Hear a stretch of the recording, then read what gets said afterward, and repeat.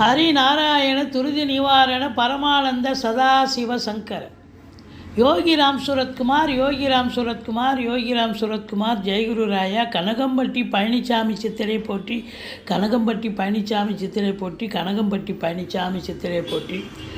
என்னுடைய உபாசன தெய்வமான விஷ்ணு துர்கையை வணங்கி இந்த வார ராசி பலன்களை பார்க்கலாம் வாங்க. அதற்கு முன் எங்களுடைய சேனலை பார்த்து கொண்டிருக்கும் அன்பர்கள் இதுவரைக்கும் சப்ஸ்கிரைப் செய்யாதவர்கள் சப்ஸ்கிரைப் செய்து கொள்ளும்படி கேட்டுக்கொள்கிறோம். ரைட் சைடில் சப்ஸ்கிரைப் இருக்கும், பெல் பட்டன் இருக்கும், ரெண்டுத்தையும் ப்ரெஸ் பண்ணிங்கன்னா அடுத்த நொடியே எங்களுடைய வீடியோ உங்களை நோக்கி வர துவங்கிவிடும்.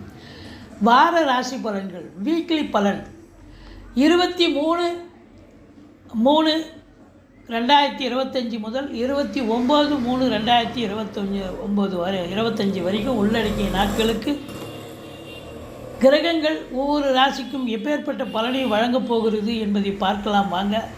29/3/2025 2 முக்கியமான நாட்கள். ஒன்று அமாவாசை, சர்வ அமாவாசை வருகிறது. இன்னொன்று சனி பெயர்ச்சி திருக்கணிதப்படி நடக்க இருக்கிறது. வாங்க ராசிக்குள் செல்லலாம். மகர ராசி காலபுருஷனுக்கு 10வது ராசி. சனி பகவான் ஆட்சி பெறும் வீடு. இப்பொழுது சனி பகவான் இந்த வாரம் தனது இன்னொரு வீடான கும்பம் 2ஆம் வீட்டில் ஆட்சி மூலத்திரிகோணத்தில் இருக்கிறார். இந்த வார கடைசியில் 29/3/2025 இந்த 7 நாளில் 6 நாள் இங்கே 2ஆம் இடத்தில் இருக்கார். அதுக்கப்புறம் 3ஆம் இடம் உபஜயஸ்தானம் என்று சொல்லக்கூடிய சூப்பரான இடத்துக்கு போயிடுறார். அப்போது இதில் இந்த 6 நாள் தான் உங்களுக்கு பார்த்திங்கன்னா 7 சனி. அது க்ளோசிங் ஸ்டேஜ். உங்களுக்கு ஒன்றும் நல்லது தான் பண்ணியிருப்பார். பெரும்பாலும் உண்மையாக உழைக்கக்கூடிய அன்பர்களுக்கு இந்த சனி பகவான் எந்த தொந்தரவும் பண்ண மாட்டார், நல்லதே செய்வார். அதுவும் சொந்த ராசிக்கு செய்வாரா, தீய பலன் தரமாட்டார். அப்போது உங்களை பொறுத்தவரையிலையும் ராசிநாதன் 2ல் இருக்கிறது சிறப்பு. 3ஆம் இடம் உபஜயஸ்தானத்துக்கு போகிறார். இனி நீங்கள் தொட்டதெல்லாம் தொடங்க போகிறது. தொழில் ரீதியாக சாதிக்க போகிறீங்க அப்படின்னு சொல்லலாம். உங்களுக்கு பாருங்கள், 9ஆம் இடத்தை குரு பார்க்குறார். இதில் என்னென்ன நட்சத்திரம் இருக்குது அப்படின்னு பார்த்தீங்கன்னா, உத்திராடம் 2, 3, 4, திருவோணம், அவிட்டம் 1, 2 பாதங்கள் உள்ளடக்கியது. இந்த ராசி அதிபதி 2ஆம் இடத்துல இருக்காருன்னு சொன்னோம். 5க்கு 10க்கும் ஆதிபத்தியம் பெற்ற சுக்கிரன் 3ஆம் இடத்துல இருந்து பரிவர்த்தனை யோகத்தில் இருக்கார். குருவும் சுக்கிரனும் பரிவர்த்தனை யோகம். அப்போ 5ல் குரு சூப்பர். சுக்கிரன் அங்கே 5ஆம் இடத்துக்கு வந்துடுறார். குரு 3ஆம் இடத்துக்கு வந்துடுறார். இப்போ ரொம்ப அற்புதமான ஒரு நேரம் காலம். இந்த வாரம் நல்லா இருக்குமா அப்படின்னா நிச்சயமாக நல்லாயிருக்கும். தொழில் ரீதியாக நீங்கள் எடுக்கும் எந்த ஒரு பெரிய முயற்சியாக இருந்தாலும் அது இமாலய வெற்றி பெறும். தொழில் திருப்திகரமாக போகும். வாடிக்கையாளர்களுடைய கவர்ந்து நல்ல ஒரு சேல்ஸ் ஆகி நல்ல சம்பாத்தியத்தை பார்த்து ஒரு நல்ல வருமானத்தை பார்க்கக்கூடிய சந்தோஷமான காலம். அதுதான் ரொம்ப முக்கியம்.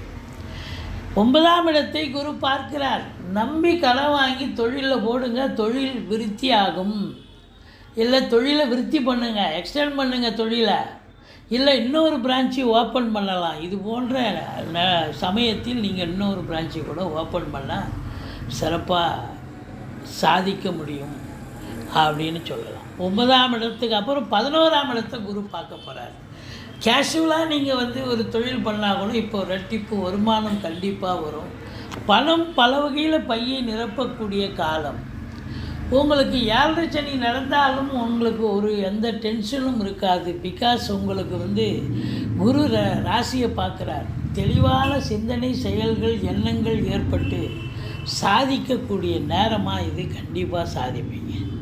ஒன்றும் எந்த குறையும் இல்லை. சூப்பரான ஒரு நிலை. இந்த குரு பகவான் பிள்ளைகளுடைய வளர்ச்சி, கல்வி இதெல்லாம் சிறப்பை தருவார், மேம்பாட்டினை தருவார். பிள்ளைகளால் கௌரவம், புகழ், அந்தஸ்து கிடைக்கப் போகிறது.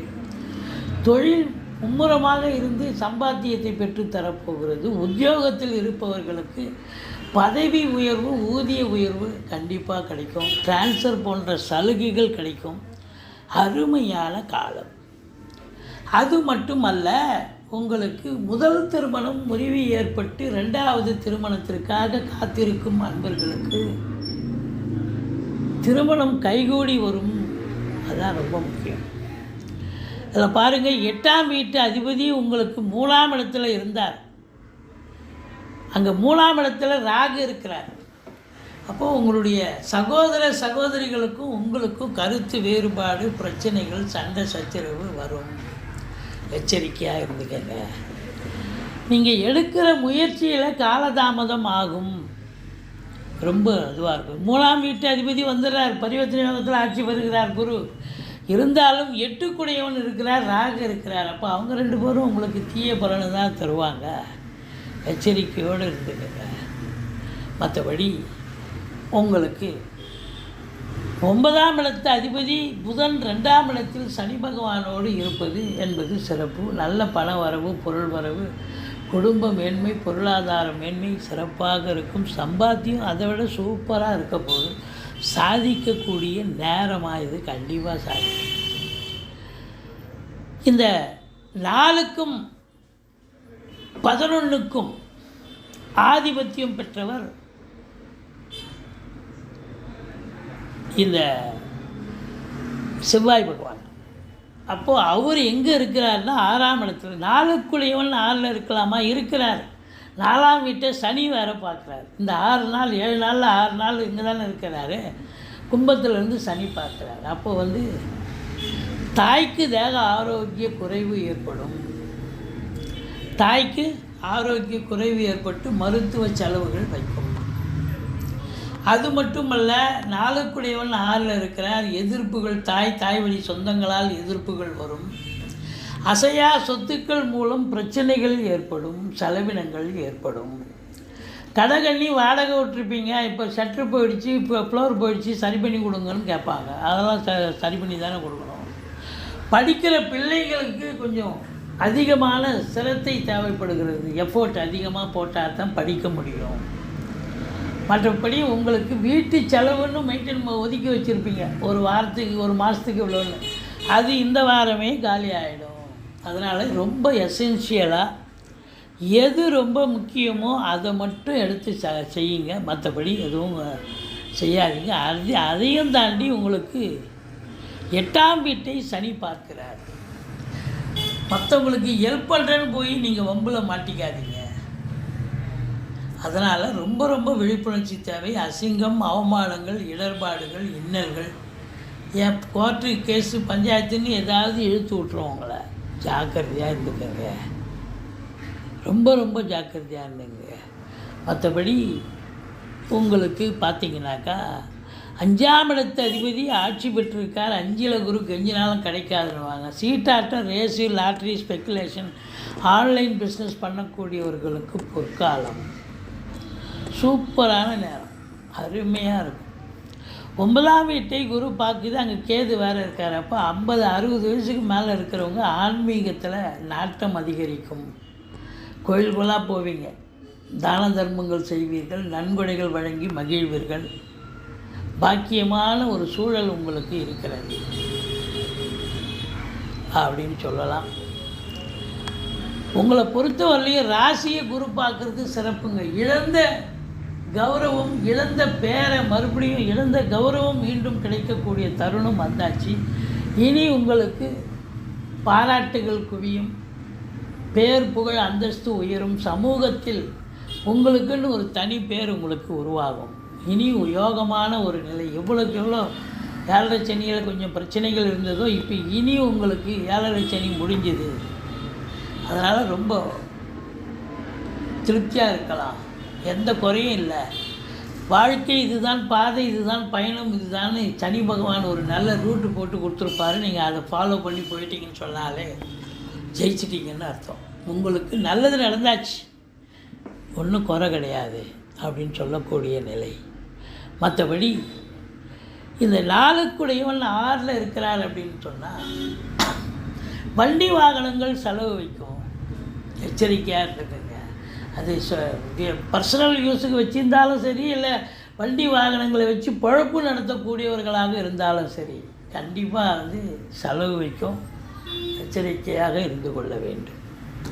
மற்றபடி உங்களுக்கு தொழில் உத்தியோகம் சிறந்து விளங்கப் போகிறது. அரசு துறையில் இருப்பவர்களுக்கு ஒரு பிரம்மாண்டமான ஒரு வாரம் நல்லது நடக்க போகுது. டெம்பரரி போஸ்ட்டில் இருந்தவங்கெல்லாம் இப்போ பர்மனெண்ட் ஆகிடுவீங்க. அது தனியாராக இருக்கலாம், இல்லை கவர்மெண்ட்டாக இருக்கலாம்.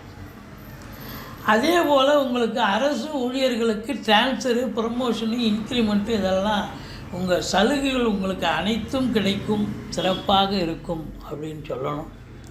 சாதிக்கக்கூடிய நேரம் வந்தாச்சு. இனி உங்களுக்கு சாதிப்பதற்கான காலம், வெற்றி உங்கள் பக்கம் இனி வரப்போகிறது அப்படின்னு சொல்லணும். நீங்கள் வணங்க வேண்டிய தெய்வம் அப்படின்னு பார்த்தீங்கன்னா முருகப்பெருமானை வணங்குங்கள். கந்த சஷ்டி கவசம் சொல்லுங்கள். மற்றபடி உங்களுக்கு இந்த வாரம் நிச்சயமாக அற்புதமான ஒரு வாரம். இதுவரைக்கும் எங்கள் சேனலை பார்த்தமைக்கு நன்றி.